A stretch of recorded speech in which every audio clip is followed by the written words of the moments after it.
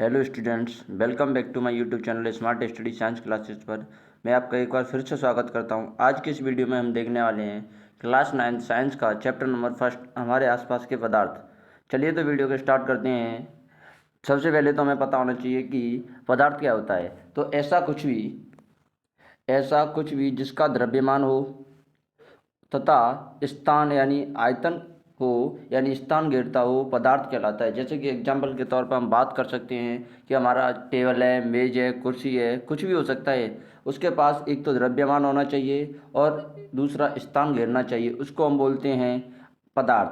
पदार्थ, अब बात करें पदार्थ किससे मिलकर बना होता है, तो पदार्थ हमारा कणों से मिलकर बना होता है।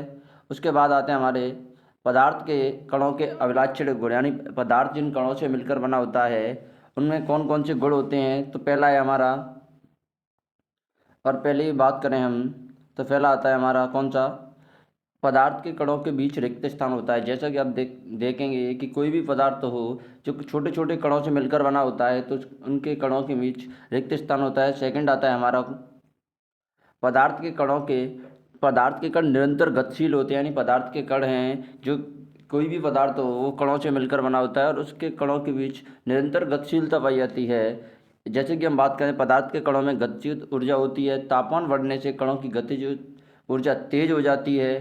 गति यानी पदार्थ की गति तेज, तापमान बढ़ेगी, जैसे जैसे तापमान बढ़ेगा उनकी गति तेज हो जाती है कणों की, इसलिए तापमान बढ़ने से कणों की गति ऊर्जा भी बढ़ जाती है। जैसे जैसे किसी पदार्थ का तापमान बढ़ता है, तापमान बढ़ने से जो पदार्थों के बीच में आकर्षण होता है वो कमज़ोर हो जाता है, और आकर्षण कमज़ोर हो जाता है उस वजह से पदार्थ की कणों की गति भी तेज हो जाती है, जिससे कि गति ऊर्जा भी बढ़ जाती है।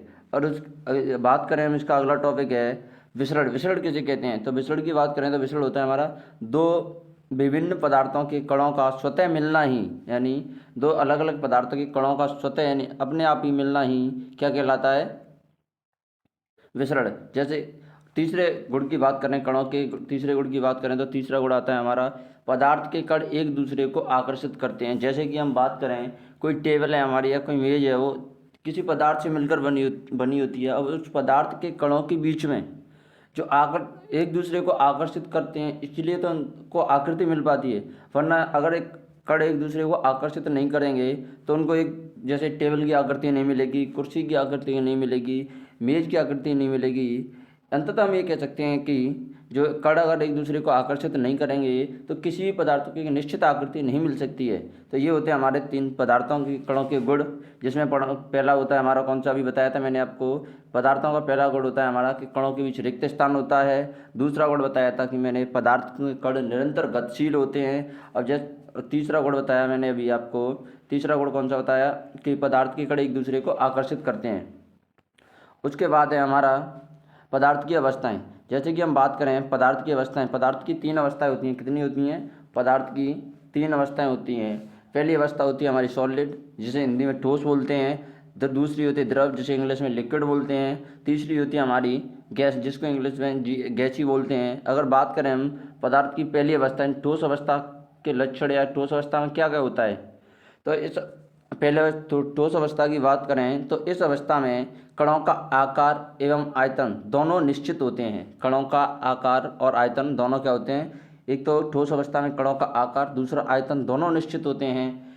और दूसरे की बात करें हम, दूसरा गुण क्या है ठोस अवस्था का, तो ठोसों में संपीड़ितता नगण्य होती है। संपीड़ितता का मतलब होता है दबाना, प्रेशर देके कि ठोस पदार्थों को दबाना। यानी अगर बात करें तो ठोसों के अंदर जो संपीड़ितता होती है वो जीरो के बराबर होती है। मतलब अगर हम प्रेशर लगाएं, तो हाथों से प्रेशर लगाएं तो किसी पदार्थ को नगण्य यानी जीरो के बराबर दबा सकते हैं, कहने का मतलब नहीं दबा सकते हैं। और ऐसे मान लें कि किसी पदार्थ को हम संपीड़ितता नगण्य होती है, इसका मतलब है कि जो संपीड़ितता का मतलब होता है किसी पदार्थ को सुकड़ाना या सुकड़ना मतलब दबाना, यानी प्रेशर से दबाओगे तो, जैसे बात करें ठोस पदार्थों को, तो बहुत ही कम मात्रा में दबा सकते हैं।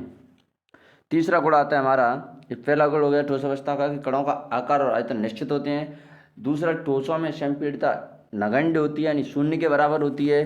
तीसरा गुण आता है हमारा, ठोसों में विसरण सबसे कम होता है। विसरण मतलब बहने का गुण, यानी अगर आप ठोसों को किसी स्थान पर रख दें तो सब बहुत ही कम मात्रा में पाया जाता है। अब विसरण सबसे कम का मतलब गैस और द्रव की अपेक्षा सबसे कम विसरण किसमें पाया जाता है, ठोस में।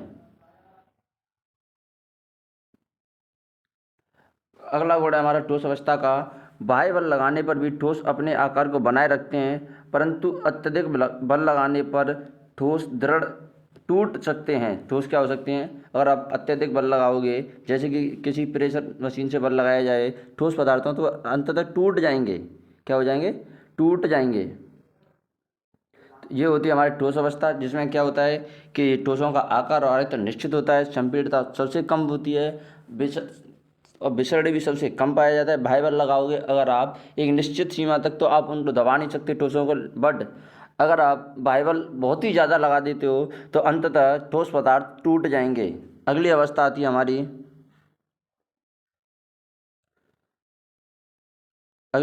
हमारी, द्रव अवस्था। कौन सी अवस्था आती है? द्रव अवस्था। अब इसमें आपको ध्यान रखना है, ये दो शब्द होते हैं, एक तो द्रव और एक होता है हमारा द्रव्य। एक क्या होता है? द्रव्य। दो शब्द होते हैं हमारे, एक द्रव और एक द्रव्य। अगर इस द्रव्य की बात करें, जैसे कि कुछ लोग सामान्य बोलचाल में द्रव को द्रव्य बोल देते हैं। द्रव का मतलब होता है विज्ञान के अंदर पदार्थ। द्रव का मतलब क्या होता है? पदार्थ। जो कि द्रव क्या है? ये द्रव है। ये द्रव तो एक पदार्थ की अवस्था है, जो कि द्रव्य एक पदार्थ है। तो इन दोनों शब्दों को बोलते समय एक विशेष ध्यान रखें कि द्रव्य अलग होता है और द्रव अलग होता है। और द्रवावस्था के अंदर अगर हम बात करें तो पहला गुण होता है हमारा, जैसे कि अभी ठोसों में देखा था मैंने, कि आकार और आयतन दोनों निश्चित थे। अगर यहाँ बात करें हम कि द्रवों का आयतन तो निश्चित होता है परंतु आकार निश्चित नहीं होता। फॉर एग्जांपल हम बात करें कि जैसे हमारे पास कोई 1 लीटर पानी है, तो 1 लीटर पानी यानी इसका आयतन तो निश्चित हो गया, बट इसको एक बार तो हम किसी 5 लीटर के पात्र में डाल रहे हैं तो इसका आकार वहाँ कुछ और होगा, और अगर एक बार इसको हम 1 लीटर के पात्र में डाल रहे हैं तो वहाँ इसका आकार अलग होगा। मतलब जैसे हमारा पात्र चेंज होगा वैसे ही इसका आकार चेंज हो जाता है। इसलिए कहते हैं कि द्रवों का आयतन निश्चित होता है परंतु आकार अनिश्चित होता है। द्रव अवस्था का दूसरा गुण होता है, द्रवों में संपीड़ितता ठोसों से अधिक परंतु गैसों से कम होती है। मतलब अगर बात करें हम संपीड़ितता के क्रम की, तो संपीड़ितता सबसे अधिक तो गैसों में मिलेगी, उससे कम द्रवों में, और उससे कम मिलेगी हमारी ठोसों में। तीसरा गुण होता है द्रव अवस्था का, द्रवों में विसरण मध्य आकार का। मध्य आकार का मतलब वही, विसरण और संपीड़ितता का क्रम एक जैसा है। जैसे कि विसरण सबसे अधिक किस में पाया जाएगा? गैस में, उससे कम द्रव में, और उससे कम ठोस में। इसी प्रकार संपीड़ितता भी सबसे अधिक संपीड़ितता गैसों में, सबसे कम संपीड़ितता द्रवों में, सबसे अधिक संपीड़ितता किसमें पाई जाएगी? गैसों में, उससे कम द्रवों में, और सबसे कम ठोसों में। उसके बाद द्रवों में कणों के मध्य दूरी ठोसों से अधिक। अगर हम बात करें द्रवों में कणों के मध्य दूरी होती है ठोसों से तो अधिक होती है, बट गैसों से क्या होती है? कम। तो ये होते हैं हमारे द्रव अवस्था के गुण। अब तीसरी आती है हमारी पदार्थ की, तीसरी अवस्था आती है हमारी गैसीय अवस्था। कौन सी अवस्था? गैसीय अवस्था। जैसा कि हमने ऊपर देखा है कि अगर पहला गुण है इसका गैसीय अवस्था का, कि गैसों का आकार और आयतन दोनों अनिश्चित होते हैं। गैसों का आकार और आयतन दोनों क्या होते हैं? अनिश्चित। मतलब इनको जैसे ही पात्र में डाल दे, जहाँ छोड़ दे जाओगे वैसे ही फैल जाती है, मतलब आकार चेंज होता है। आयतन भी अगर इनका देखें तो चेंज होता रहता है। तो इसमें बात कर सकते हैं हम कि गैसीय अवस्था में गैसों का आकार और आयतन दोनों ही अनिश्चित होते हैं। उसके बाद हम गैसों में संपीड़ितता सबसे अधिक होती है, जैसा कि मैंने अभी आपको बताया था कि संपीड़ितता सबसे अधिक गैसों में होती है, देन उसके बाद द्रवों में, देन उसके बाद ठोसों में। इसी प्रकार आप देख सकते हैं कि गैसों में विसरण सबसे अधिक होता है, गैसों में विसरण सबसे अधिक होता है। उसके बाद है गैसों में कणों के मध्य दूरी सबसे अधिक होती है। गैसों में क्या होती है? दूरी सबसे अधिक। अगर दूरी के क्रम की बात करें हम, तो दूरी के क्रम की बात करें तो सबसे अधिक दूरी किस में? गैस में, देन उसके बाद द्रवों में, देन उसके बाद सॉलिड यानी ठोस में। जी का मतलब गैस, एल का मतलब लिक्विड, और एस का मतलब सॉलिड। यानी कणों के मध्य दूरी की बात करें तो सबसे दूरी कणों के मध्य गैसों में पाई जाती है, जबकि उसके बाद द्रवों में, और सबसे कम दूरी ठोसों में। ये होती है हमारे पदार्थ की तीनों अवस्थाएं। जैसे कौन कौन सी अवस्थाएं देखी अभी हमने? ठोस, द्रव और गैस। जैसा कि आप चित्र में देख सकते हैं, आपको चित्र में दिखाया गया है कि ये जो चित्र है ये हमारा ठोस अवस्था का चित्र है, ये हमारा द्रव अवस्था का है, और ये गैसीय अवस्था का है। देख सकते हैं आप, ठोसों में कणों को ठूस ठूस के भरा गया है, जो कि द्रवों में उससे कम, और गैसों में सबसे कम। और ये रहा हमारा विसरण का बढ़ता हुआ क्रम, ये विसरण का क्रम है, और ये हमारा संपीडितता का क्रम है।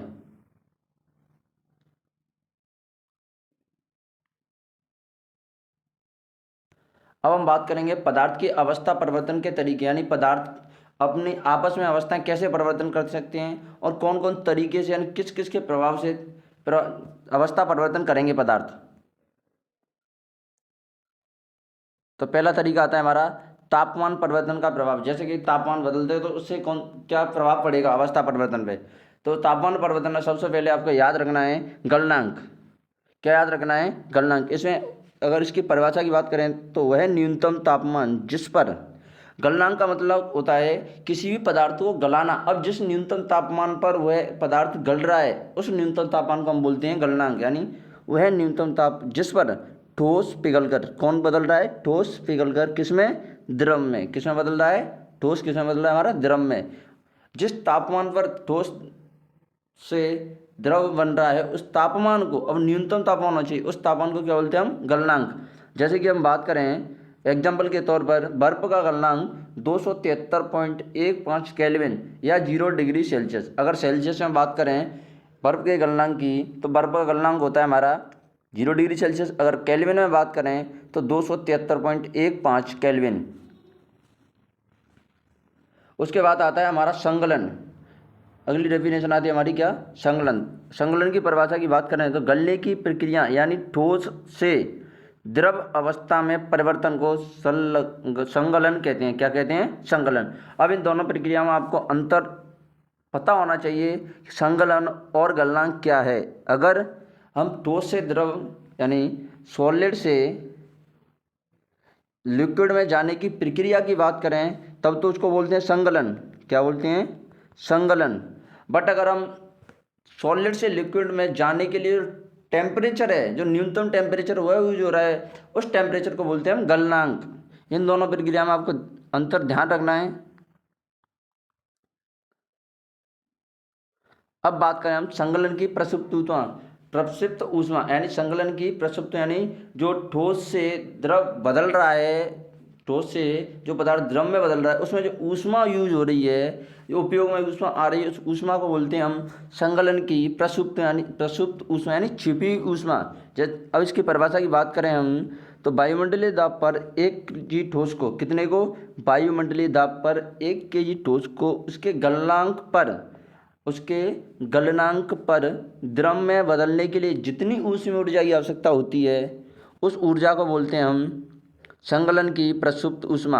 यानी 1 kg ठोस को वायुमंडलीय दाब कितना होता है हमारा? अगर वायुमंडलीय दाब की बात करें हम तो वायुमंडलीय दाब होता है हमारा 1 atm। कितना होता है? 1 atm। और वायुमंडलीय दाब की बात करें तो वायुमंडलीय दाब होता है हमारा 1 atm। कितना होता है? 1 atm। यानी किसी भी पदार्थ को, और पदार्थ कितना होना चाहिए? 1 kg ठोस को उसके गलनांक पर द्रव में बदलने के लिए ऊष्मीय ऊर्जा उपयोग में आती है, उस ऊर्जा को बोलते हैं हम संगलन की प्रक्षुप्त ऊष्मा। उसके बाद आता है हमारा अगला डेफिनेशन आती है हमारी क्वथनांक। देखो जैसे अभी हमने गलनांक देखा था वह तो न्यूनतम तापमान था, यानी हमें किसी भी पदार्थ को गलाना था तब उसको बोल रहे थे गलनांक। अब ये हमारा क्वथनांक यानी किसी भी क्वथ का मतलब होता है पदार्थ को उबालना। यानी अब टेम्परेचर तो वायुमंडलीय दाब पर वह तापमान जिस पर द्रव उबलने लगता है, गलनांक में क्या होता है? पदार्थ ठोस से द्रव में बदलता है, जबकि यहाँ द्रव उबलने लगता है, उसे बोलते हैं क्वथनांक। अगर जल के क्वथनांक की बात करें एग्जाम्पल के तौर पर तो जल का क्वथनांक होता है हमारा 373 केल्विन या 100 डिग्री सेल्सियस। कितना होता है जल का क्वथनांक? अगर केल्विन में बात करें हम तो 373 केल्विन, और डिग्री सेल्सियस में बात करें हम तो डिग्री सेल्सियस 100 डिग्री सेल्सियस होता है पानी का क्वथनांक।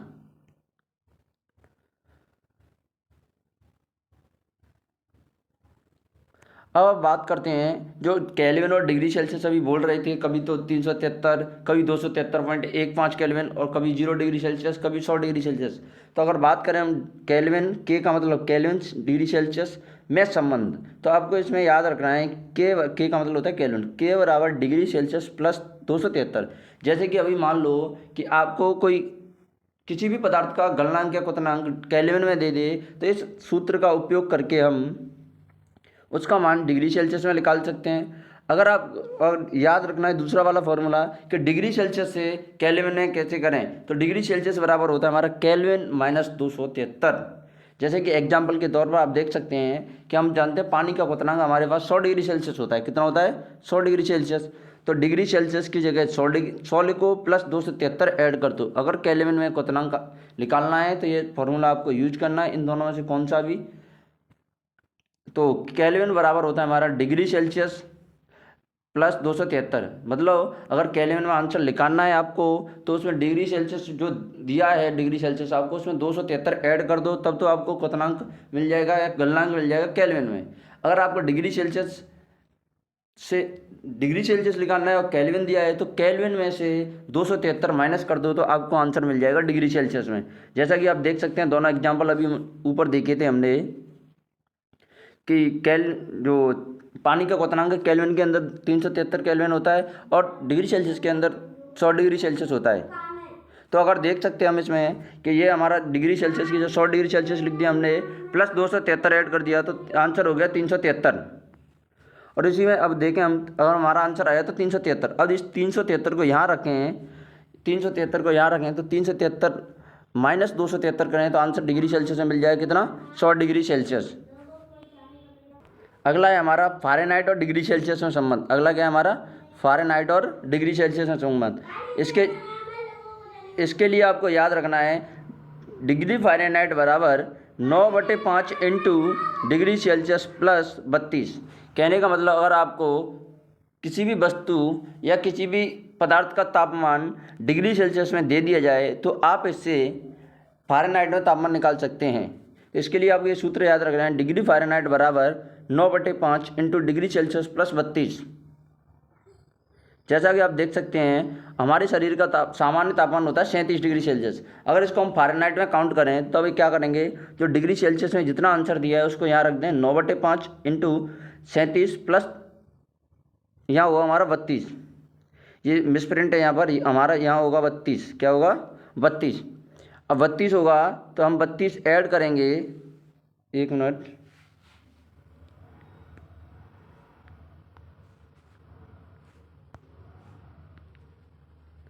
ये हमारा 42 नहीं है यहाँ पर, ये दिया हुआ हमारा 32। कितना है?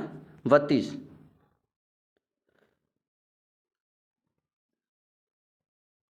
बत्तीस लिखेंगे तो हमारा अंतिम आंसर आएगा मानव शरीर का सामान्य तापमान अगर फ़ारेनहाइट में बात करें तो 98.6 डिग्री फ़ारेनहाइट आता है। अगर हम अब ये हमारा फ़ारेनहाइट और उसमें संबंध हो गया। अगर मान लो क्या हुआ आपको जो किसी पदार्थ का तापमान है वो केल्विन में दे दिया, डिग्री सेल्सियस की जगह किस में दे दिया? केल्विन में। तो आपको कुछ नहीं करना है, जैसा कि आपको ऊपर बताया था कि डिग्री सेल्सियस बराबर के माइनस यानी केल्विन माइनस 273। तो डिग्री सेल्सियस उसकी जगह क्या लिखना है आपको?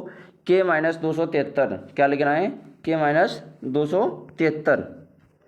उसके बाद जो दिया है टेम्परेचर केल्विन में उसको काउंट करके आप आंसर निकाल सकते हैं। आगे चलें तो आगे आता है हमारा बाष्पीकरण की ऊष्मा। क्या आता है? बाष्पीकरण की प्रसुप्त ऊष्मा। जैसे कि आप देख सकते हैं अभी पानी उबल रहा था क्वथनांक पर, और उसमें जो जितनी ऊर्जा यूज हो रही है उसको बोल रहे हैं। तो चलो बात करते हैं इसके डेफिनेशन की। अगर हम तो वायुमंडलीय दाब पर 1 kg द्रव को, देखो अगर हम बात करें संगलन की प्रसुप्त ऊष्मा की तो वहाँ पर 1 kg ठोस था, और अगर बात करें बाष्पीकरण की गुप्त ऊष्मा प्रसुप्त ऊष्मा की तो यहाँ पर हमारा क्या है? 1 kg द्रव। एक वायुमंडलीय दाब पर 1 kg द्रव को उसके क्वथनांक पर, जैसे कि अभी मन पढ़ा था कि जो संगलन की प्रसुप्त ऊष्मा थी उसमें तो हमारा था गलनांक, जो बाष्पीकरण की गुप्त ऊष्मा है उसमें हमारा क्या है? क्वथनांक। यानी वायुमंडलीय दाब पर 1 kg द्रव को उसके क्वथनांक पर गैस में बदलने के लिए जितनी ऊष्मीय ऊर्जा की आवश्यकता होती है उसे कहते हैं बाष्पीकरण की गुप्त ऊष्मा। इसके बाद अब हमें पता होना चाहिए बाष्पीकरण क्या होता है। तो द्रव से गैस या बाष्प बनने की जो प्रक्रिया होती है उसको बोलते हैं बाष्पीकरण। गैस में जो द्रव है हमारा उससे बाष्प या गैस बनने की प्रक्रिया होती है उसे बोलते हैं हम बाष्पीकरण। अगला आता है हमारा ऊर्ध्वपातन। क्या होता है? सब्लिमेशन। इंग्लिश में बोलते हैं इसको सब्लिमेशन, हिंदी में बोलते हैं ऊर्ध्वपातन। यानी द्रव अवस्था में परिवर्तन हुए बिना ठोस अवस्था से सीधे गैस में बदलने की प्रक्रिया ऊर्ध्वपातन कहलाती है। इसका मतलब है कि अगर कोई पदार्थ है अगर कोई पदार्थ है हमारा, तो हमारा वो पदार्थ क्या होगा, ठोस से सीधा किस में चले जाएगा, लिक्विड यानी सॉरी ठोस से सीधा किस में चले जाएगा, लिक्विड नहीं, गैस में चला जाएगा। किस में चला जाएगा, गैस में। अगर कोई पदार्थ है वो सीधे ही ठोस से हमारा किस में जा रहा है, गैस में। तो जो प्रक्रिया हो रही, जो प्रक्रिया है किसी पदार्थ के ठोस से सॉलिड में गैस में जाने की प्रक्रिया है, उस प्रक्रिया को बोल रहे हैं हम क्या, ऊर्ध्वपातन। क्या बोल रहे हैं, ऊर्ध्वपातन। उसके बाद आता है हमारा निक्षेपण। क्या आता है, निक्षेपण। अब निक्षेपण की बात करें तो यदि कोई पदार्थ गैस से सीधे ठोस में बदल रहा है, मतलब अगर ऐसे बात बोलें हम कि ऊर्ध्वपातन और निक्षेपण दोनों एक दूसरे के व्युत्पन्न हैं, यानी विपरीत हैं। एक तरह से ऐसे बोलें हम कि ऊर्ध्वपातन और निक्षेपण दोनों एक दूसरे के क्या हैं, विपरीत। दोनों क्या एक दूसरे के विपरीत। यानी ऊर्ध्वपातन में तो क्या होता है, जो कोई पदार्थ है वो सॉलिड से गैस बनता है, जबकि निक्षेपण में कोई पदार्थ गैस से क्या बनता है, ठोस बनता है। इसमें अब दोनों को याद रखना है। ऊर्ध्वपातन में कोई पदार्थ ठोस से गैस बनता है डायरेक्ट, और निक्षेपण में कोई पदार्थ गैस से क्या बनता है, ठोस। दोनों प्रक्रियाएं यानी ऊर्ध्वपातन और निक्षेपण दोनों प्रक्रियाएं एक दूसरे की विपरीत हैं। इसके बाद अगली वीडियो में पढ़ेंगे हम दाब परिवर्तन का प्रभाव। आज के लिए इतना ही। अगर वीडियो आपको अच्छी लगे तो चैनल को सब्सक्राइब करें, वीडियो को शेयर करें और लाइक करें। Thank you.